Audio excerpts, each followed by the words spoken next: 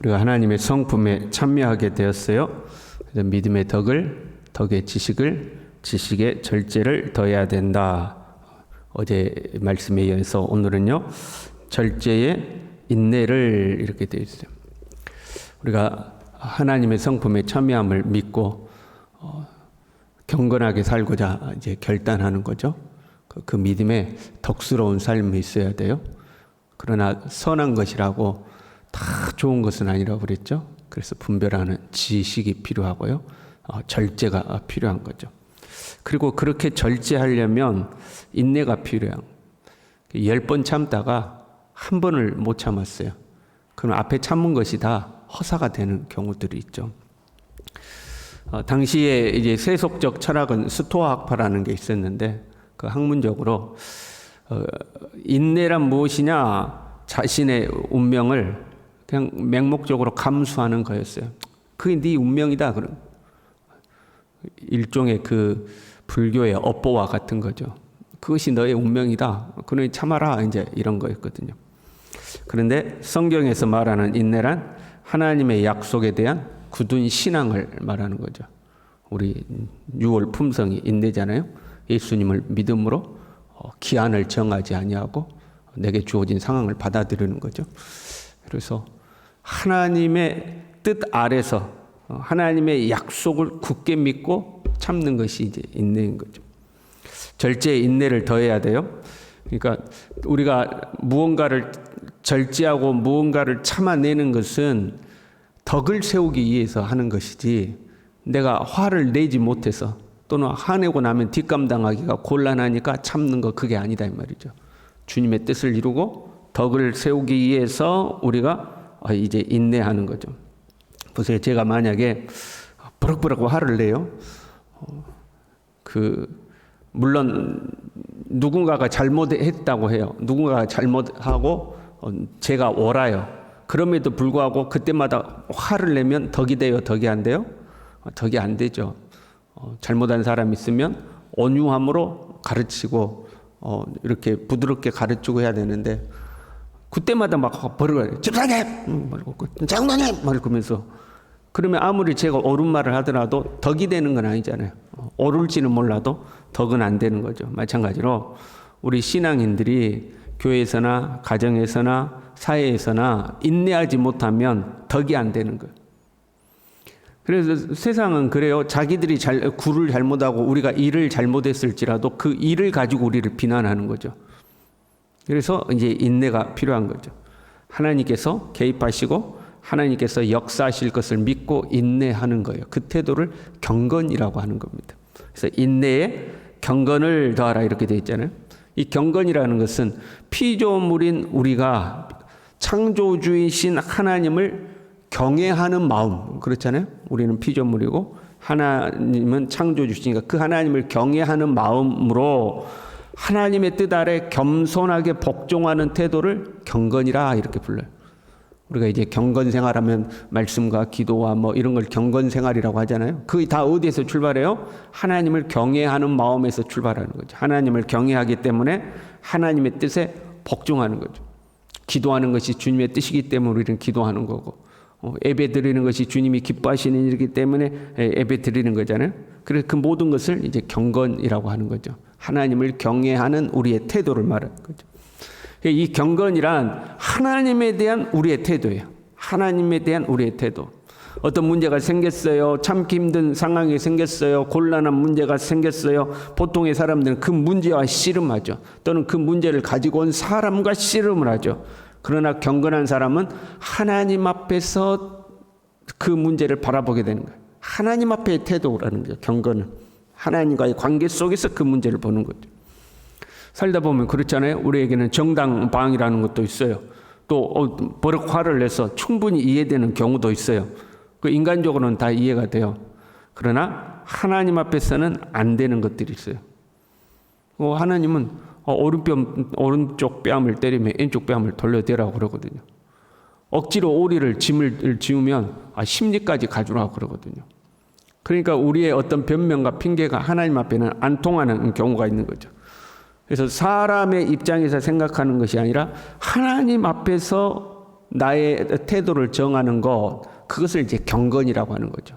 창조주 하나님을 경외하는 마음으로 나는 정당한 것 같고 때로는 내가 억울한 것 같지만 그 하나님의 뜻에 복종하는 태도를 보이는 것, 그것을 이제 경건이라고 하는 거죠. 우리가 절제하고 인내하고 거기에 경건을 더하라 하는 거죠. 쉽게 표현하면 이런 것일 수 있어요. 우리가 뭔가를 참기는 참아내요. 근데 여러분, 우리가 뭔가를 참기는 참는데 막 꼬라지 부리면서 참을 때 있죠. 에이 저거 에이 저거 이렇게 우리가 그러면서 참을 때 있잖아요. 그러니까 참기는 참는데 그 모습이 경건하진 않아. 그렇잖아요. 인내하기는 인내하는데 경건한 건 아니야. 그 어쩔 수 없이 참는 거지. 그 경건한 건 아니라는 거죠. 이게 어쩔 수 없이 인내하는 것이 아니라 하나님을 경외하는 마음으로 인내하는 거죠. 그것을 경건이라고 하는 거예요. 하나님을 경외하는 마음으로 인내하는 것, 그것을 저 사람은 참 경건해. 그리고 그렇게 경건한 사람이 참 덕이 있어. 그렇게 이야기한다 이 말이죠.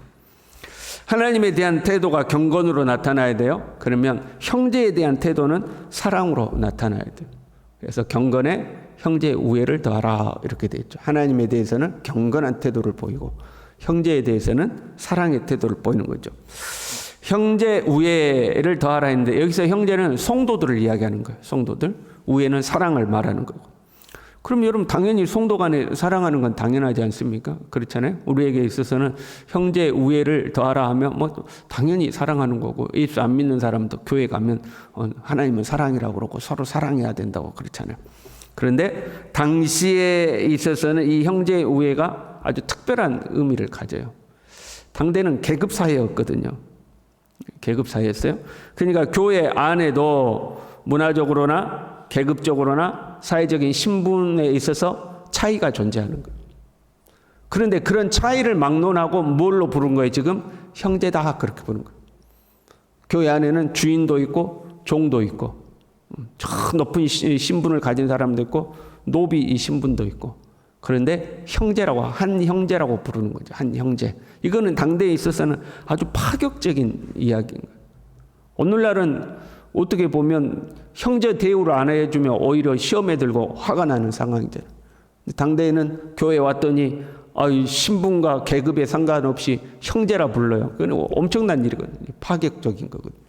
그 형제라 부르는 것도 파격적인데 형제 우애, 그 형제를 사랑으로 대하라는 거죠. 동등한 입장으로 대하라는 거예요. 신분의 차이와 상관없이 교회 안에서는 동등한 입장으로 서로를 대해야 된다 하는 거죠. 하나님 앞에서 모든 사람은 다 존귀한 거죠. 그의 소유가 무엇이든 신분이 무엇이든 계급이 무엇이든지 간에 상관없이 하나님 앞에서는 하나님이 지으신 하나님의 형상을 가진 사람으로서 다 존귀하다는 거예요. 그래서 서로를 사랑으로 대하라. 신분의 차이 없이 사랑으로 대하라 하는 거죠. 이것은 하나님에 대한 경외심이 있어야지만 가능한 거예요. 저 사람이 노비 신분이지만 저 사람도 하나님이 지으셨다. 우리는 다 피조물이고 모든 형제는 다 모든 형제를 하나님이 다 창조하셨다는 믿음이 있을 때에 형제 우애가 가능하죠. 그래서 형제를 사랑하라 하는 거예요. 그리고 마지막이 사랑이죠. 형제 우애에 사랑을 더하라. 형제 우애를 말할 때의 사랑은 필리아입니다. 친구들 간의 우정, 사랑. 그 마지막에 말하는 사랑은 아가페를 말해요. 하나님의 성품인 사랑이죠. 하나님의 사랑은 아가페. 우리 인간의 사랑은 아가페가 쉽지가 않아요. 인간이 가지고 있는 아가페적 사랑을 이야기할 때 부모의 사랑이라고 하죠. 부모가 자녀를 향한 사랑, 무조건적인 헌신적 사랑, 그걸 이제 부모의 사랑을 아가페라고 그러는데 사실 부모의 사랑도 온전하진 않아요. 여러분 그렇잖아요. 우리가 자녀를 대할 때 온전하지 않잖아요. 부모도 이기적이고 또 부모 자기 중심적이고 그럴 때 있잖아요. 그래서 사람은 아가페적인 사랑이 온전하지가 않아요. 그럼에도 최종 목적을 어디에 둬라? 그 아가페적 사랑에 둬라. 왜? 그 사랑이 하나님의 성품이니까. 우리는 온전하지 않지만 하나님의 성품에 참여하는 자로서 그 온전을 향하여 가야 된다 이 말이죠. 포기하지 말고 너의 최종 목적을 하나님의 성품에 두고 그걸 위해서 너희를 구원하셨으니까 그 최종적으로 하나님의 성품을 닮아가도록 힘써야 된다 하는 거죠. 더욱 힘써 그러네. 더욱 힘쓰라 하는 거죠. 자, 이런 것이 너희에게 있어 흡족한 즉 8절에요. 이런 것이 너희에게 있어 하나님의 성품이라고 말하는 이런 것들이 너희에게 있어 흡족한 즉 흡족하다는 것은 너희들에게 이런 것들이 충분히 있으면 흡족할 만큼 있으면 그런 말이에요. 그것은 게으르지 않고 열매 없는 자가 되지 않았다는 것을 증명하는 것이다 하는 거죠. 너희가 믿음의 덕을 덕의 지식을 지식의 절제를 절제에 인내를 인내에 경건을 경건에 형제의 우애를 형제의 우애에 사랑을 더하는 것이 너희에게 충분히 있어요. 그래서 우리가 주님의 성품을 닮아갔어요. 그것은 너희가 게으르지 않았다. 열매 없는 자가 아니다. 이걸 증명한다는 거예요. 반대로 신앙생활을 수십 년을 했어요. 교회 봉사도 하는 것 같았어요. 그런데 덕스럽지가 않아요. 경건하지도 않아요. 그러면 하나님 앞에서 게을렀다 이 말이에요. 하나님이 그걸 보신다는 거예요. 너는 게으르다 하는 거죠. 그러니까 우리가 하나님의 성품에 참여하려는 노력이 없으면 하나님 앞에서는 게으른 자가 되는 거예요. 내가 아침에 일찍 일어나서 부지런히 막 하루도 앉아있는 시간도 없고 누워있는 시간도 없고 하루 종일 손발을 놀리면서 내가 그렇게 살아가. 그럼 세상에서는 저 사람 진짜 부지런해. 진짜 한시도 안 쉬어. 부지런해 라고 이야기하잖아요. 하나님 앞에서 하나님은 그 부지런함을 보는 게 아니라 네가 얼마나 하나님의 성품에 참여하려고 힘쓰고 애썼냐. 하나님 이걸 보신다는 거죠. 그래서 그렇게 막 뭔가를 부지런히 하는데 전혀 변하지가 않아. 전혀. 믿음의 덕을 덕에 지식을 지식에 절제에 절제에 인내에 경건을 경건에 형제의 우애를 형제의 우애에 사랑을 더하는 게 전혀 없어. 그럼 하나님 앞에 네 경건생활 부지런히 안 했다 이런 게 되는 거죠. 부지런히 안 했다 하는 거죠. 그리고 더 나아가서요. 이런 것이 없는 자는 맹인이라 멀리 보지 못한다 하는 거예요. 멀리 보지 못한다는 거예요. 그럼 멀리 본다는 건 뭘까요? 주님 앞에 설 날을 보지 않는 거예요. 너 하나님 앞에 평가받을 날이 다가오는데 그걸 보지 못한다는 거죠. 그게 이제 멀리 보지 못한다. 그게 우리가요. 조금만 생각해 봐도요. 신앙생활 열심히 해야 돼요. 게으르게 해야 돼요. 그럼 물어보나 마나지. 신앙생활 열심히 해야지. 당연하잖아요. 주님 만날 날이 가까우니까 우리는 신앙생활, 경건의 삶을 열심히 살아야 돼요. 그런데 안 해. 신앙생활 열심히 안 해. 그 맹인이라 멀리 보지 못한다. 주님 배울 날이 가까이 오는데 그렇게 사는 건 맹인이라는 거죠. 옛죄가 깨끗하게 된 것을 잊었느니라. 그래. 옛죄가 깨끗하게 된 것을 잊었다. 하나님의 은혜 다 까먹어버렸다. 이런 말이에요. 근데 본문의 상황에서는요. 지금 거짓 교사들이 교회 안에 들어왔다고 그랬죠. 믿음이 연약한 자들을 미혹하고 유혹해서 어떻게 하도록 만들었어요? 새 속에 물들어 허랑방탕하도록 만드는 거예요. 하나님의 신성한 성품에 참여하도록 힘쓰고 애써야 되는데 거짓 교사들의 미혹에 넘어가서 야 우리에겐 자유가 주어졌어 이렇게 살아도 괜찮은 거야 하고 미혹하는 그 미혹에 넘어서 허랑방탕해진 거죠. 옛 죄가 깨끗하게 된 것을 잊어버리고 다시 세상에서 뒹굴고 있다 그런 의미가 되는 거죠. 주님이 우리를 신의 성품에 참여하도록 불렀는데 그 경건의 삶을 살지 않은 채 새 속에 물들어 살아가는 거죠. 그게 맹인이다 하는 거죠. 우리도 주의해야 돼요. 우리의 삶에 풍요와 여유가 생기면 경건의 삶에 게으른 자가 되기가 쉽죠. 왜? 그건 누리고 살아야 되니까. 그건 누리기에도 시간이 없는 거죠. 그렇잖아요. 그건 누리고 맛보고 즐기고 사는데도 시간이 부족해. 그러다 보면 경건의 삶에 게으른 자가 되기 쉽죠. 우리는요, 주님이 주신 은혜와 자유 안에서 하나님이 우리에게 주신 복락을 누리며 살아야 돼요. 그러나 그것이 우리의 인생의 핵심이 아니죠. 우리는 하나님의 성품에 참여하는 것에 최선을 다하고 살아야 돼요. 그 우리의 인생의 핵심이 돼야 되는 거죠. 자요, 믿음의 덕을요, 덕의 지식을, 지식의 절제를, 절제의 인내를, 인내의 경건을, 경건의 형제의 우애를, 형제의 우애의 사랑을. 그걸 한마디로 다 하면 하나님을 닮아가자 하는 거죠. 이것이 있어야 된다. 이것이 있으면 우리 주 곧 구주 예수 그리스도의 영원한 나라에 들어감을 넉넉히 너희에게 주시리라.